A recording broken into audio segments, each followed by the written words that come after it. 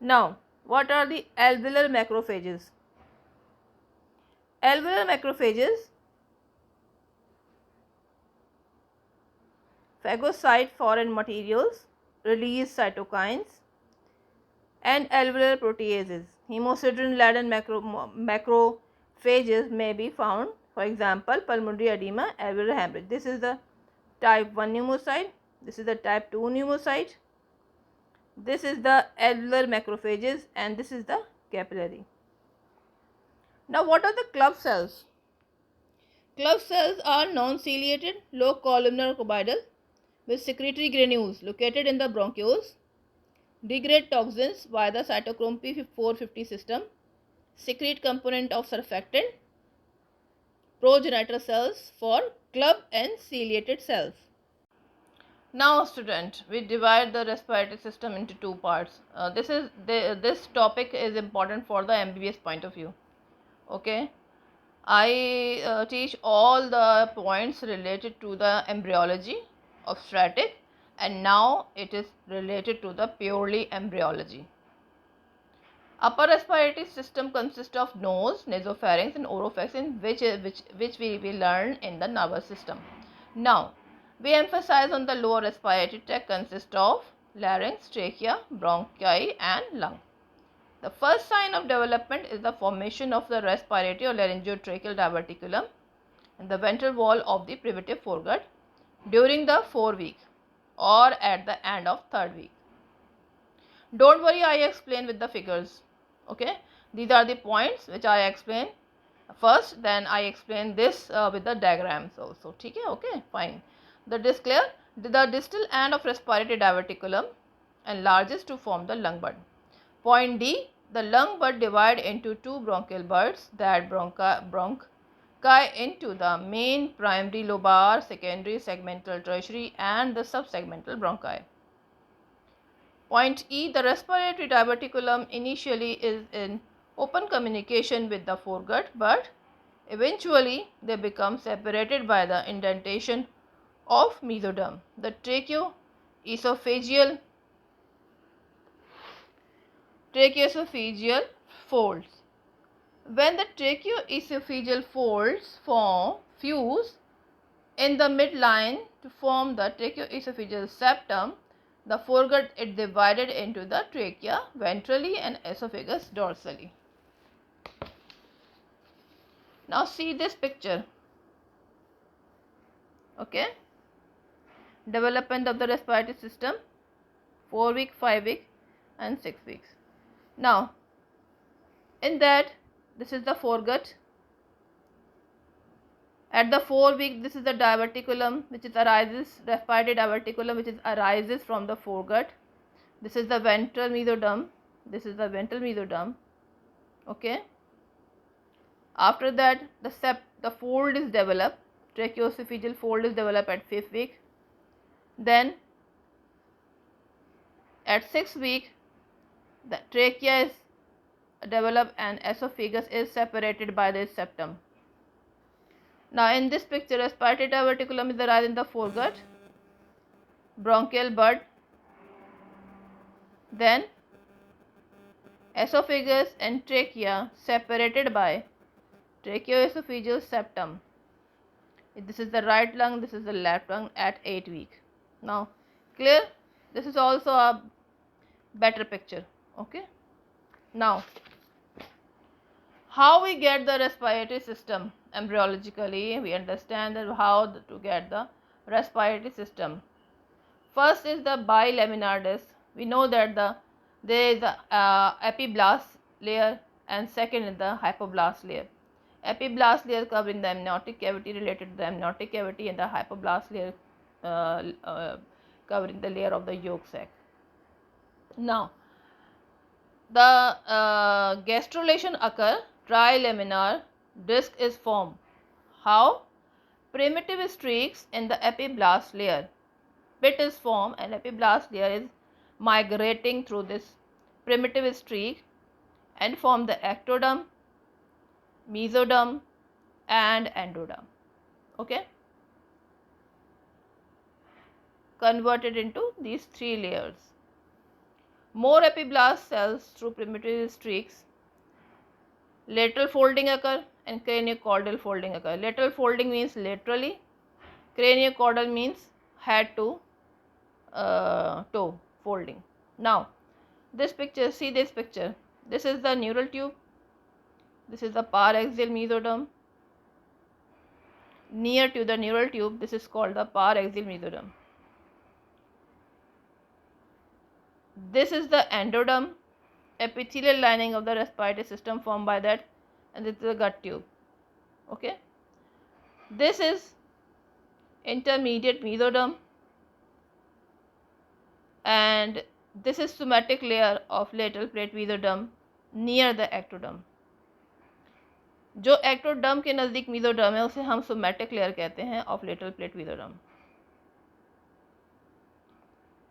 Somatic layer है ये, ठीक है ना.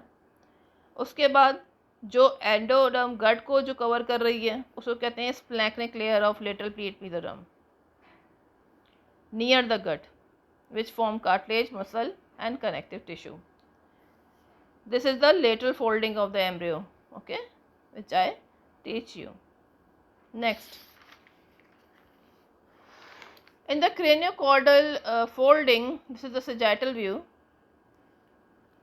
This is the hindgut, midgut and foregut, and there is the pharyngeal arches apparatus. Okay, what is happening? First we see that what is happening. Make larynx have two layers, endoderm and mesoderm.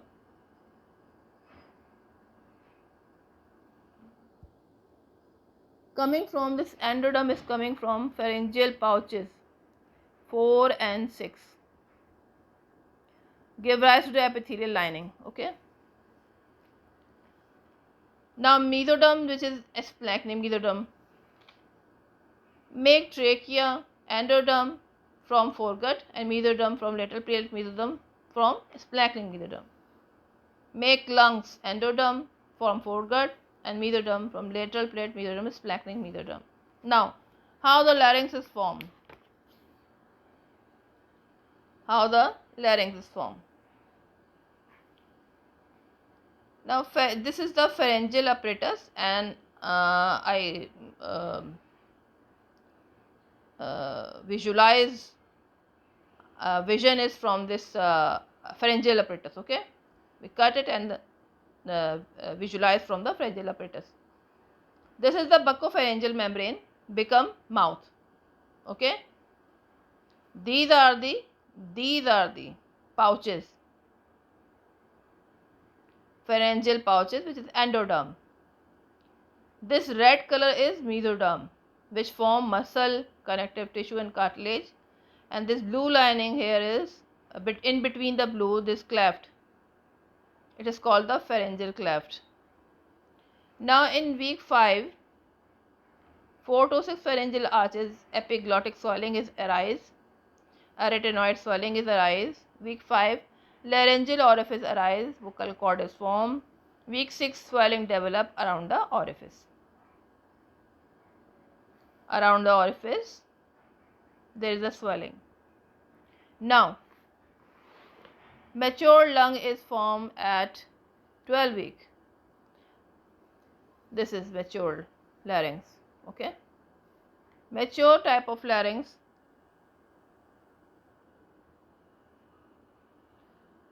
give rise endoderm, epithelium of larynx, pseudostratified ciliated columnar epithelium, vocal cords help to form laryngeal orifice. Laryngeal orifice become laryngeal inlet. This is laryngeal orifice called laryngeal inlet. Mesoderm form the laryngeal cartilage, muscle, connective tissue, thyroid, cricoid, cartilage, cricoid, arytenoid, cuneiform and laryngeal muscles. Now, vagus nerve derived 4 to 6 pharyngeal arches. It gives the sensory nerve supply to that organ.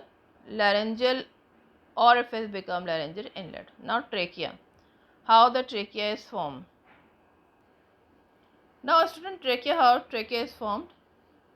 This is the hindgut, midgut and this is the foregut. we see at that point and at that point. This is the side and this is the front. At the 4-week, some endodermal cells coming out, budding out from the lung bud. Budding out, this is called the lung bud, which is coming from, and this is red lining is the lateral plate mesoderm. Now, tracheoesophageal groove is also formed in the foregut. This is the foregut. This is the lateral plate mesoderm and is the lung bud. Now, tracheoesophageal groove or ridge is formed and lung bud is formed. Endodermal cells, lung bud, a groove form called the tracheoesophageal groove. Okay. The foregut is divided into trachea ventrally and the esophagus dorsally by the tracheoesophageal septum or fold. First fold which fuse to form the tracheoesophageal septum, which I explained already, okay, by the picture also in my starting of the lecture. Okay. Now, next is week 5. During the week 5, lung bud bifurcate. This lung bud is bifurcate. Bronchial bud is formed. Groove come close, create tracheoesophageal septum. This close contact create the tracheoesophageal septum. Okay. And then posteriorly and then anteriorly separate lung bud, trachea or lung. I show you in this picture. Okay. This is a very good picture for understanding this septum. Tracheoesophageal septum is formed and anteriorly trachea and posteriorly esophagus. Okay.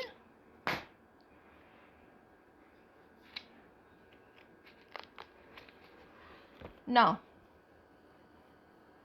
we have the anteriorly lung bud, posteriorly esophagus. Endodermal cell invade give rise to the epithelium and glands. Mesoderm, muscle, connective tissue and cartilage.